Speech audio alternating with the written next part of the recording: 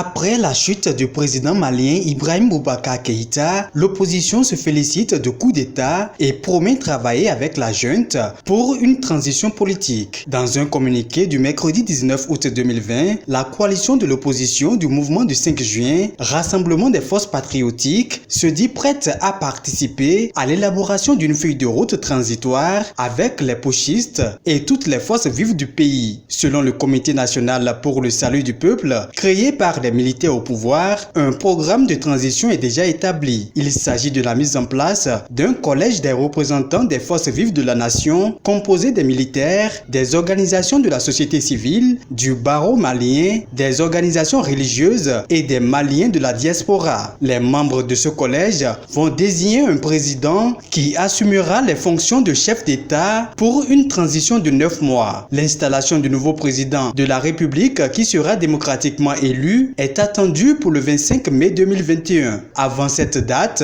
les militaires maliens ont appelé la population à une reprise normale des activités et à un arrêt systématique des actes de vandalisme.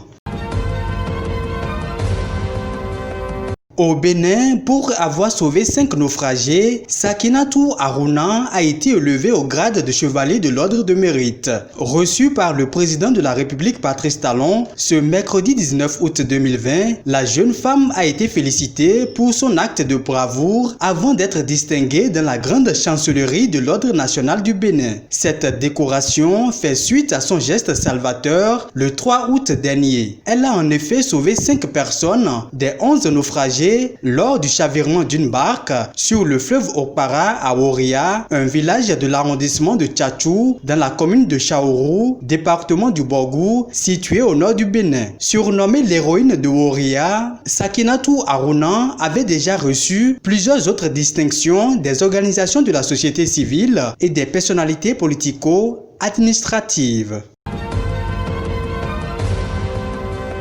Pluie diluvienne en Guinée-Conakry, des cas de mort et d'importants dégâts matériels ont été signalés dans plusieurs quartiers de la capitale du pays. Dans la journée du mercredi 19 août 2020, cette pluie a occasionné des inondations, submergeant des véhicules et d'autres matériels à usage domestique. Selon des témoins du quartier d'Yembaya, les eaux de ruissellement ont emporté un jeune collégien alors qu'il rentrait à la maison après un match de football. La mort d'une femme a été également signalé à Somphonia, un quartier de la capitale, Conakry.